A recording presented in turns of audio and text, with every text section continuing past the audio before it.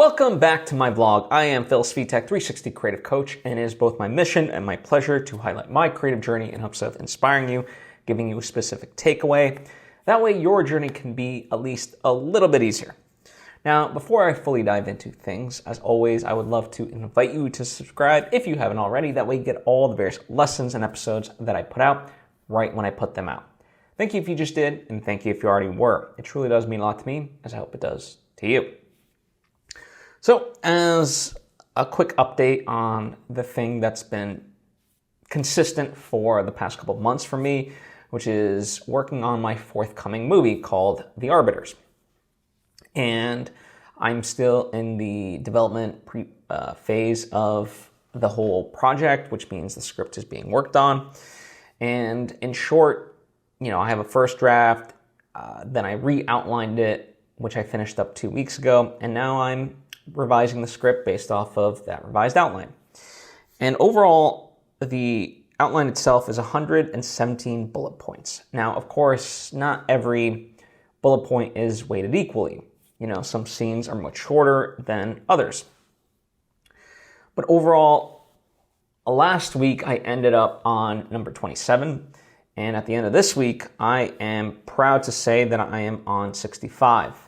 So, making good progress, and it's good. As I made mention last time around, the process of actually writing, like physically writing and typing at the keyboards, sometimes people underestimate how long that can take. And for me, part of the whole process is, getting the thoughts down on paper and revising as I go, right? So after I craft each scene, I then go back to it and start to, reassess what's written so that it can be as strong as possible. Now, does this mean that by the end it's going to be the final version? Of course not, but it does mean that this read, right, whoever reads this version, it will be as tight as it can be in this iteration, right? And that's the main goal overall. So it's been good, and, overall, like I said, I'm going to continue working on this. That's one of the big things for this week, is to continue with all this and make progress in the ways that I can. All right, get as far as I can with it, and we'll see, where we end up next week. If you want to comment down below and, place a virtual bet, not for money, but just, for fun, of where you think I'll end up at. Let's try it. Now, obviously, I have a little bit more insider information, but I'll say that I'll end up at 78. Now, that's not necessarily that much progress, but it's some progress. And again, I know what's coming down the pipeline, so I have a bit of a cheat. But, use that to help you. Maybe you can kind of, just place one up or one down or whatever, Let's have some fun with it. One of the things that kind of, that just was fun to think about while I was out taking a walk, as I am, want to do, especially by having a foster dog, Diamond, who is still available for adoption. You can check out our video. I'll put it in the description box. But anyway, I digress. The point being, I was just having this thought where, there's so many longer movies out there, nowadays, that are like hitting 3 hours, and with Killers of the Flower Moon, that was over 3 hours, almost like 3.5. And the way this is going, script-wise, feels like it could be a 3-hour movie, right? Now, in the script process, I could trim it down, that's kind of the whole point of this phase of it, at least it should be, is to really work out all the kinks and get as tight as possible so you have maximum impact in the shortest amount of time. And yeah, that's overall all the goal, but it got me kind of thinking, like, this is intended to be a trilogy, right? So it's a series of movies, 3 movies. The inspiration for me is, like, for me, The Matrix, but of course you can point to, like, Lord of the Rings or Star Wars, any of those, at least the original Star Wars, right? There was these 3 sets of movies. But in particular, Lord of the Rings is an interesting example because you have the theatrical version and then you have the extended versions. And so for me, it was kind of fun to play around with this idea. Like, I'm someone that believes that longer movies should incorporate an intermission. And there's a natural breaking point within my movie that could serve as the intermission. Now, it's, it wouldn't work as a standalone film, things like that, but in reconsidering it, it's like, if that's the intermission of this longer movie, well, why couldn't that be the end of episode 1 and the rest would be episode 2? Like, it could feel natural in that way, and you have essentially a limited series where it's 3 seasons, 2 episodes per season, and they're on average about an hour and a half each. Why not, right? And I guess it's just kind of this idea that, where Lord of the Rings had the theatrical versions and then an extended versions, instead of doing the extended versions, you just incorporate that and kind of make it into a TV series, right? So, whereas most of the extended versions are like 4 hours long, then it's like you get an hour episode, per season and whatever. Like that could have been a way to go, but TV wasn't as prominent as it is now. So for me, what's fun to just ponder and imagine really is this idea that, okay, we'll have this tight script, as tight as we can get it, and then we'll go off and make it, knowing that, like, inevitably, even under the best circumstances, you're always going to have to cut stuff from the movie, right? Because that's another version of revising the story, as in the edit phase. Well, why not have a really tight movie and then, what gets unused, you could reshuffle and repurpose into this limited 2-episode TV series per, 1 movie per season. Why not, right? Like, that could be fun and in a way to utilize all the things that we create, and also to make sure that it's all a part of it. So something that, of course, we'll see how it all takes shape. I'm not forcing anything. It is intended to be as a movie. It's just a long fantasy movie. But it's good to know that options exist, if nothing else, right? So, yeah, I've been kind of contemplating that in my mind. Now, the thing I didn't get to work on this week was my personal sizzle reel. So, I have all this footage from my life and my projects and things like that. And it'd be great because, it's the typical question that we essentially get all asked, what do you do? And of course I have a bio up on my website, but sometimes it's just great to have video, right? That people can see and look at, be like, oh, firsthand, like, this is what you did, right? Instead of just seeing words on a page, they can visualize it because it's visual medium, right? But all that to say, just given the time constraints of the week, I didn't get a chance to do that. My goal this week is to just put in at least an hour, and just kind of make some progress. So knowing that this is ultimately a nice, like, I should do this, but it's not a need at the moment.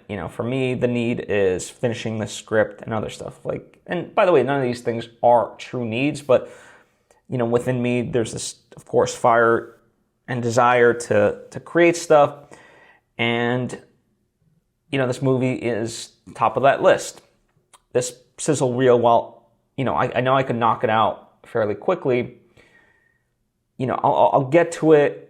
Like, if I put in just a little bit of time, even though it's not getting done faster, it's okay. For me, especially now that I've updated my website, like, that was a big thing that didn't necessarily take that much time, but it was a big, how should I put it? Like, it's truly beneficial, right? And as I said, I mean, the website in itself serves kind of as its own sizzle reel, just in a different form, right? So it's not imperative that I complete this, but I do want to do it, and I'm gonna just kind of move towards it. The other stuff that in general has gotten sidelined just because I've been so gung-ho about the script is the how-to filmmaking book that I've been working on, as well as my second novel and a short film that I had shot last November. Now, it doesn't mean I won't get to them. I think too many times things fall by the wayside, but ultimately it's about knowing your priorities. And I know I did take kind of, usually I'm much more like, I like to complete something before I usually like to have like just 2 projects going at any particular time. But with the filmmaking how-to book that I've been working on with a ghostwriter, so, my involvement with it is a lot less than if I had to just do it from scratch myself. Now, of course, I like to be heavily involved, so it's not to say that there's nothing for me to do, right? And I just pay somebody to write it, and there it is. No. For me, it's a lot more involved. But right now, they've been going through the various transcripts that I had provided for them based off of just voice recordings on a per chapter basis. And when I did those recordings, it wasn't designed to be the book 100%, but it was just kind of laying down the foundation of all the experiences and the thoughts that should be part of that chapter, right? And so I took that voice recording, transcribed it into words, and based off of that, that's like the research that the ghost writer can go off of to create the actual chapters, and they've been doing that. And so it's been a steady process, right? So at least that's getting done. But because I've spent so much time writing this script, my second novel, that's been, as I said, sidelined for the time being. But I still nonetheless, when ideas, like I do think about it from time to time, and so ideas do come, and what ends up happening is I just kind of jot them down so that they're ready there for me when I do make it back to writing that. And the last thing, the short film, I think realistically I won't get it done before the end of the year, but it will certainly be on the to-do list for next year, and I think it's possible. Like certainly, like let's say all things go exactly perfect, and by let's say next summer or something like that, we can start filming The Arbiters. That would be great. But if even if that was to happen, I'll find the time before I start filming, to finish this short film out. Like that to me I have to do. Like before I move on to like the actual filming of whatever, the next movie, I have to finish this one. That's like the promise to myself that just feels like it needs to be honored. So, but all that to say is, we all have to kind of prioritize life and then the projects we want to do, A lot of us certainly have big ambitions, and there's nothing wrong with that. You should. And there's a way to achieve those, but it's not going to happen overnight. And we have to have the patience to do them, and sometimes take them one by one, right? And that's the beautiful thing. Like when I look back at, I'm really proud of my website with its relaunch, because it is an accurate reflection of who I am today and the things that I've built. And when I look at that, I'm truly amazed that I've already done 2 movies and 2 books, and I'm well into already another movie, another book, and another nonfiction, book as well. So that's amazing, And in theory, like when I started this whole process of this forthcoming movie, I presented 2 options of stories to the team, and I said, you can pick this one or this one. Like, it doesn't matter to me. I eventually want to make both, but, you get to decide. And so, right now, I guess technically, because this movie that I'm working on is part of a trilogy, it would be the next 3 movies that I make. But then, in that sense, then I have one after that that, isn't, I can't say is ready to go, but I know the broad strokes of what I'm trying to achieve, and it would be fun to work on. So, yeah, there's plenty for me to do, to look forward to, but baby steps, as the saying goes, 1,000-mile journey begins with the first step. So, approach your stuff similarly, and you'll be amazed by the results over time. Now, part of the reason why I didn't get as much as I perhaps would have wanted to this week is because I did an extensive consultation with a documentary filmmaker that I know about their documentary. And, in many ways, it's one of those things that I could have opted out on. And I could have been selfish in that way. And we all, it's a tough thing. Just because you can do something, should you do something, right? Like, I think that's a tricky thing, especially like something like this, where for me, it's like second nature, and I know I can help out so easily. And, according to some, maybe I made the wrong decision. Maybe people can certainly argue that I would be even further ahead if I just kind of more focused on myself. But that's not my nature, and I do want to help. And so, because if nothing else, I've benefited tremendously from people being very gracious with their time and knowledge with me. And so, not that I feel obligated to return the favor, but I get a joy out of it, right? And so, as part of this consultation, I obviously have to watch the movie. Now it's almost 2 hours, so not only are you accounting for the runtime, but starting and stopping to take notes and things of that nature. And then, for me, it's about gathering those thoughts and really thinking about them.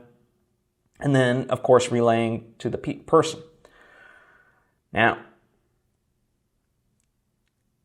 I had some trepidation going into this conversation, because I was very much like this idea that this person's going to hate me.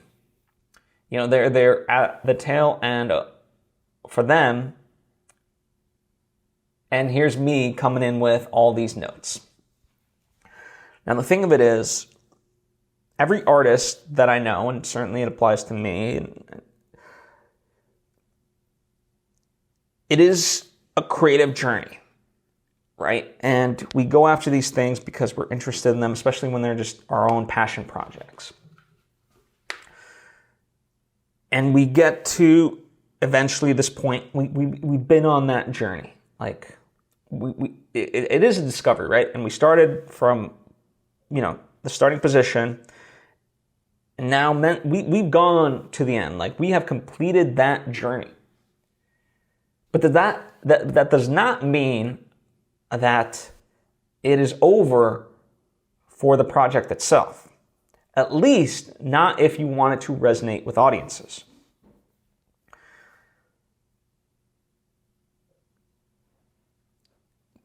And that's a difficult thing, because there's still like 20% more work left. And at least from my experience, it's the stuff that I'm least interested in. At this point, it's already been a grueling path just to get it to, this place. And you've gone through the combinations and you're like, this is it. And so the last thing you want to be told is like that there's more work to do. But that is the make or break of a hobbyist. And there's nothing wrong with being an artist that makes art for themselves. I know plenty of people that just write short stories as a form of creativity, and then they shelve them, and that's it, never to be revised and so forth. And some of them might be really good. but they're not meant for public consumption. And that's totally fine. That is people's prerogative. But if you want your projects to resonate with people, you have to keep them in mind. And that's a very difficult thing. Now, what was interesting, as I opened up the conversation, I said, if you want to get this to film festivals and streamers, here's the length that most of those movies are. And thankfully, the person knew right away. They said, yeah, I know. I know I need to cut out like 30 minutes of this movie. So I'm like, okay, cool. So we're on the same page at least. So now let's talk about, ways to do that. And part of that is restructuring things and, eliminating double beats and so forth. But I think hearing it out loud in that way, can be a little bit frightening. And I understand that.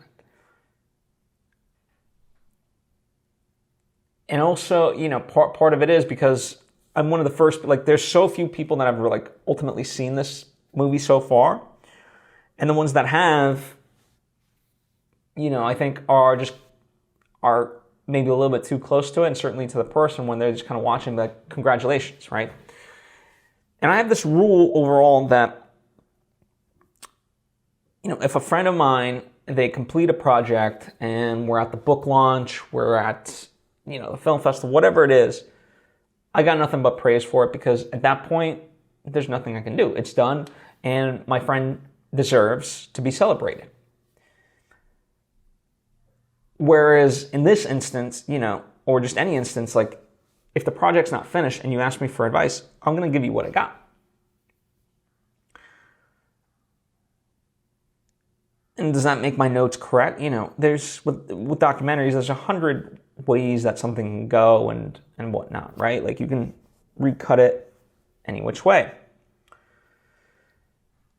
But regardless, the things that I think anyone, that's a documentarian or storyteller would look at it with a critical lens, they would say, one, it has too many plot lines. There's just too much going on, and something's got to give, right?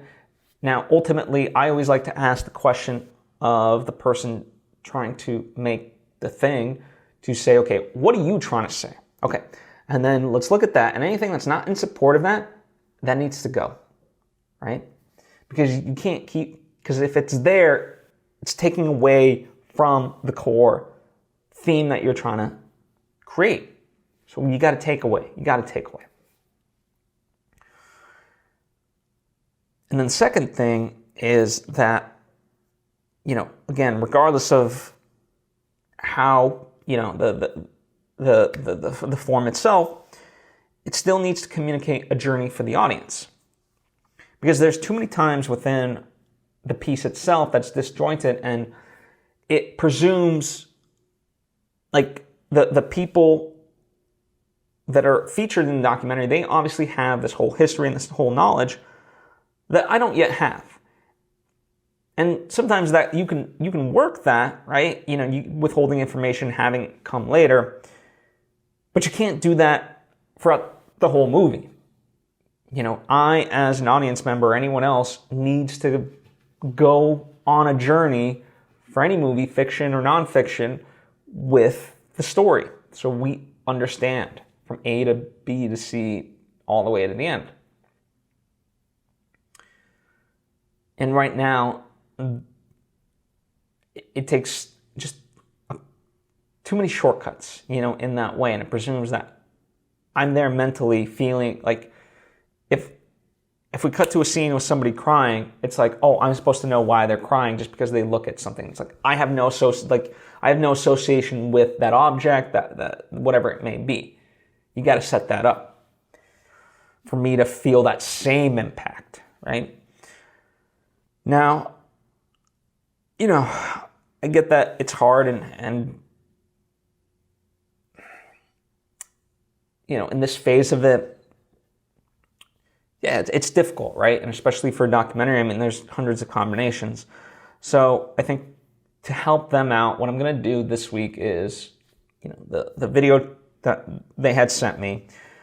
I'm just going to take it, and it's got time, I burnt in time code in it for myself, so when I watched it, I knew the time code. So I'm just going to take that and just do a rough edit of it, and the video itself has everything burnt in, music and all graphics, fade-ins and things like that, but my goal isn't to make it pretty, it's just to do a rough version where I can restructure it, get it down to hopefully 85 minutes, and send it to them and be like, hey, here's what I came up with, use it as a jumping off point if you want.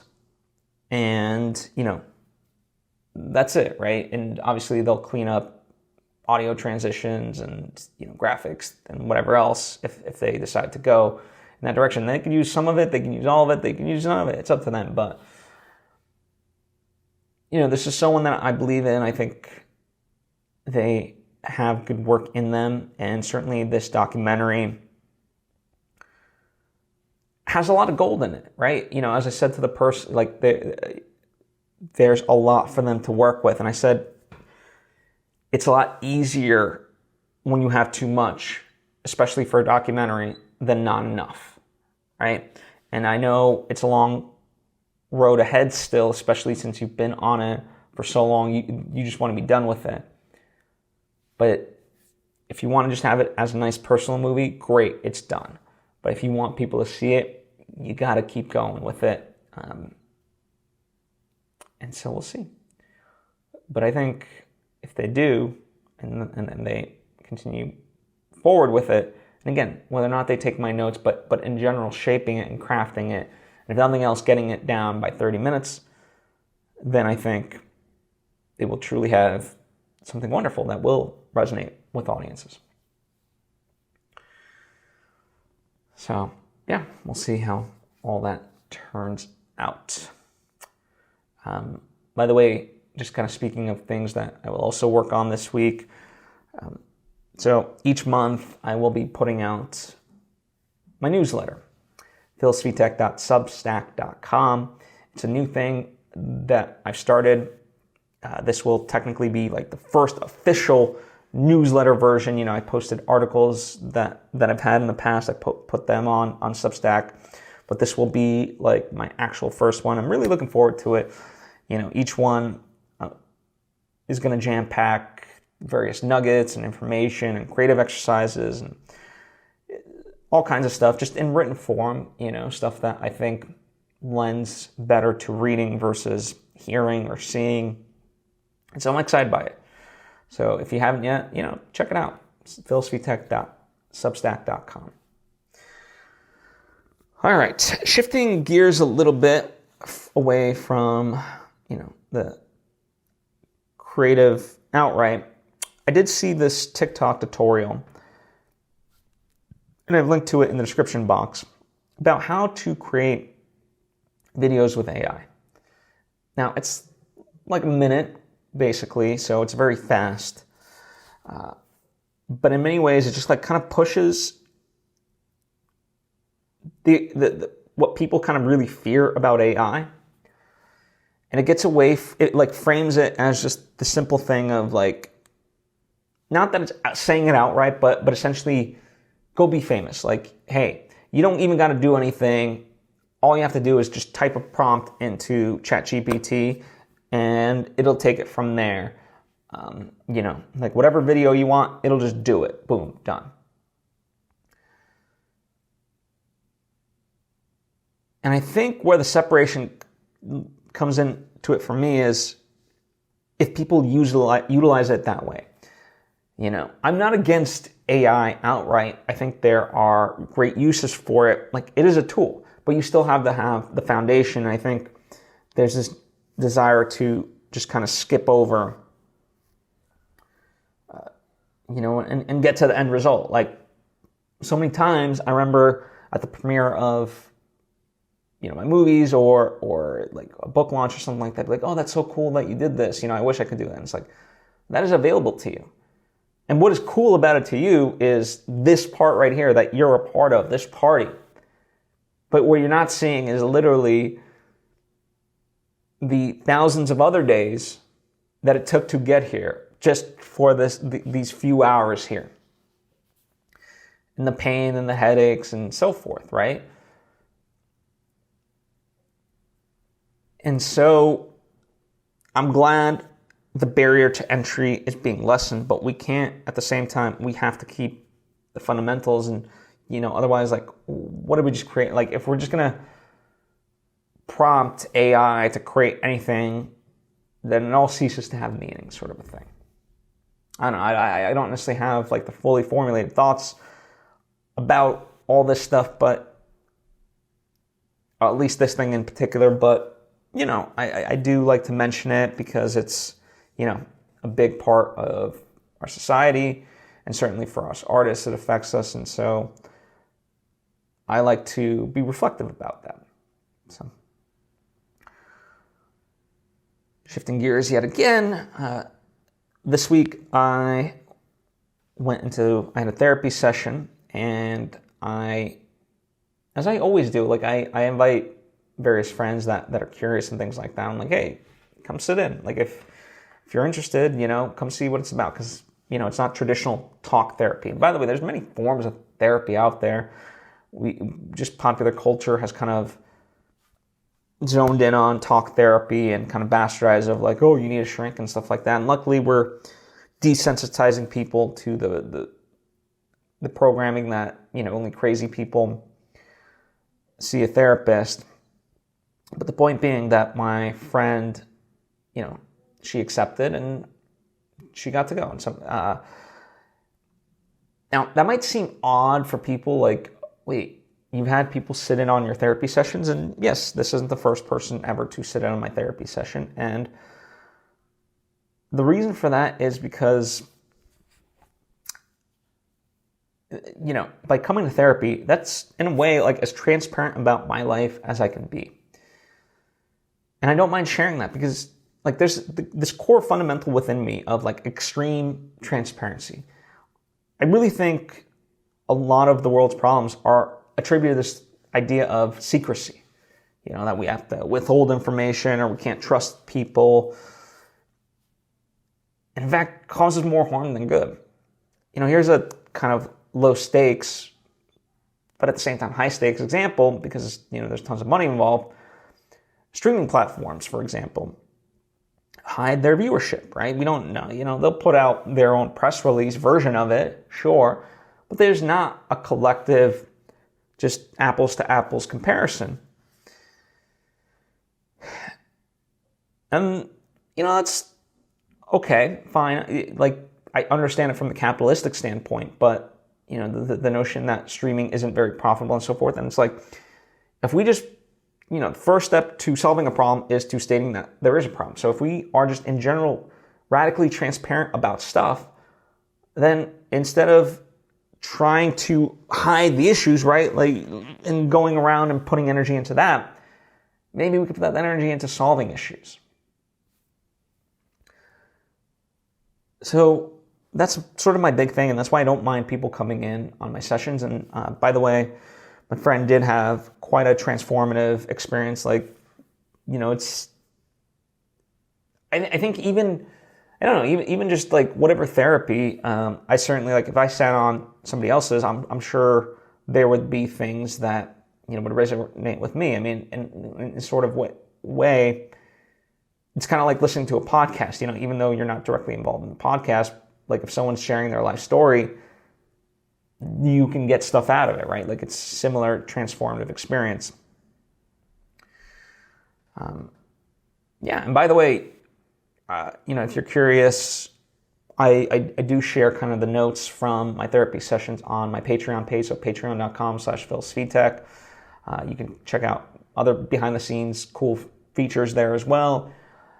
And the main draw is I do a monthly group coaching session, and it's a way for us to interact more directly. And it's just one tier, it's $10, so everyone gets all the same stuff, and I try to keep it as low as I can where it makes sense.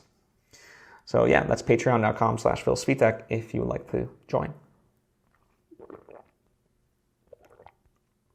Before I wrap out, I wanted to touch on kind of this bastardization of work and more specifically vacation.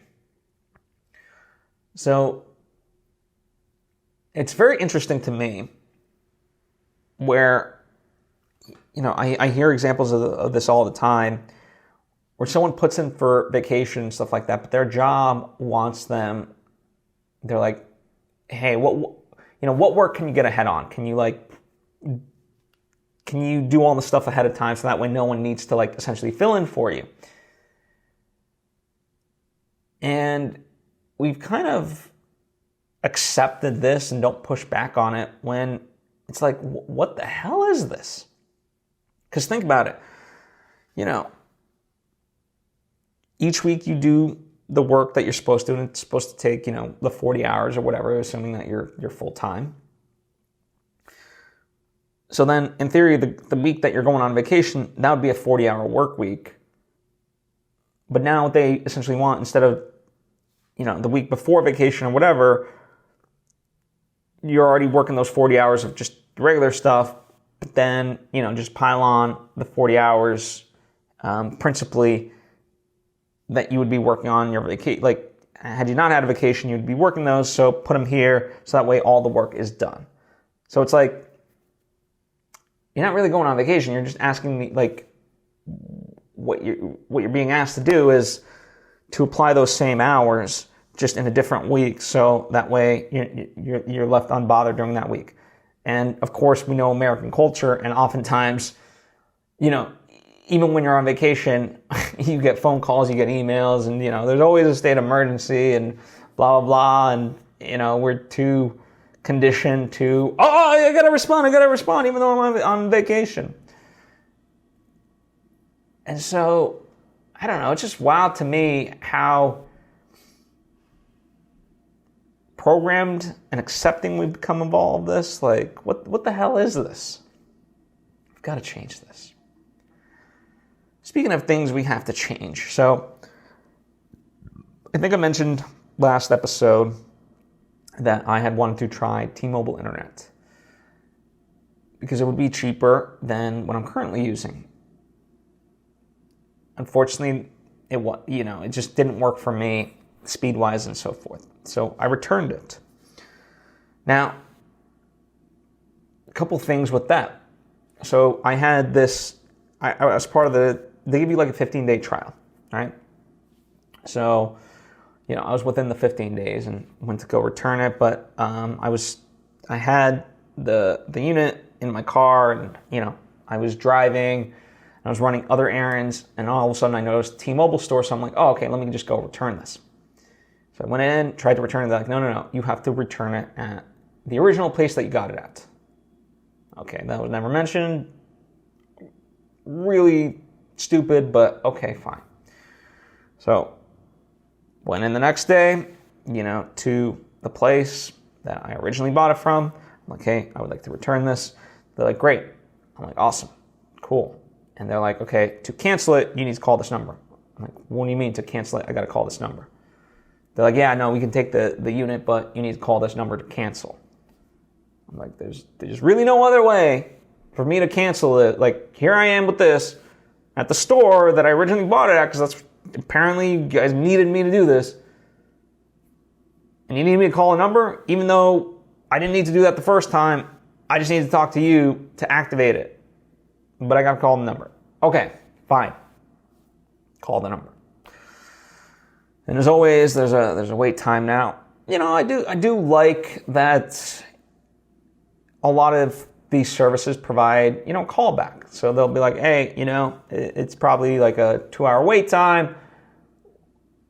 Punch in your number. We'll give you a call back when we're ready. Okay, cool. I do appreciate that. Not gonna lie. Well, I did that. And then I get a call. And I'm like, okay, cool. And they're like, okay, hey, we're gonna transfer you.